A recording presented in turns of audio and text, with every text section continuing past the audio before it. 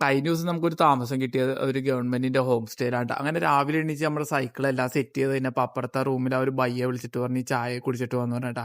അങ്ങനെ അവരുടെ റൂമിൽ ചെന്ന് നമ്മൾ ചായയും കാര്യങ്ങളൊക്കെ കുടിച്ച് അവരോടൊക്കെ യാത്ര പറഞ്ഞ് അവിടെ നിന്ന് ഇറങ്ങി.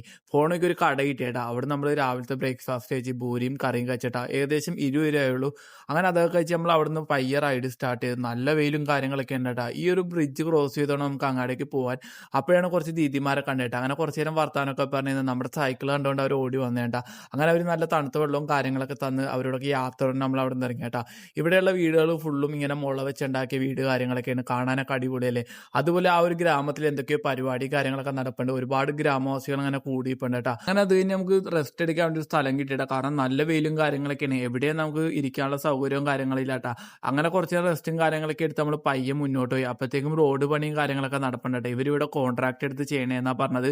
അങ്ങനെ ഇരിക്കുന്ന ടൈമിലാണ് ഒരു ബയ്യെ വിളിച്ചിട്ട് പറഞ്ഞു ബാ വെള്ളം കുടിക്കാൻ റെസ്റ്റ് ഒക്കെ എടുത്തിട്ട് പോകാന്ന് പറഞ്ഞിട്ട്. ഈ കാണുന്നത് പുള്ളിന്റെ പെറ്റാണ്. ആടും പട്ടിയും ഒരുപാടൊക്കെ ഉണ്ട് കേട്ടോ. ഈ ഒരു പട്ടിയുടെ കണ്ണൊക്കെ ആരോ എഴുതി കൊടുത്തിട്ടുണ്ട്. പിന്നെ അവിടെ ഒരു ദീദി ഇങ്ങനെ കല്ല് കട്ട് ചെയ്തോണ്ടിരിക്കുന്നുണ്ട്. പിന്നെ കുറച്ച് പിള്ളേർ അവിടെ വെള്ളത്തിൽ കുളിക്കുന്നുണ്ട്. ഈ വെള്ളം ഫുള്ള് കലങ്ങി കിടക്കണേണ്. പിന്നെ അത് കഴിഞ്ഞ് നല്ല രീതിയിൽ മഴയും കാര്യങ്ങളൊക്കെ പെയ്ത് അങ്ങനെ ഒരു കണക്കിന് നമ്മൾ രാത്രിയായപ്പോൾ ദോലൈ ഡിസ്ട്രിക്റ്റ് എത്തിയതാ. അപ്പൊ കുറെ പിള്ളേരെ കണ്ടുപിട്ടി ഇവർ പറഞ്ഞു ഇവിടെ ഒരു ക്ലബ്ബ് കാര്യങ്ങളൊക്കെ ഉണ്ട് അവിടെ ടെന്റ് അടിക്കാന്ന് പറഞ്ഞിട്ടാ.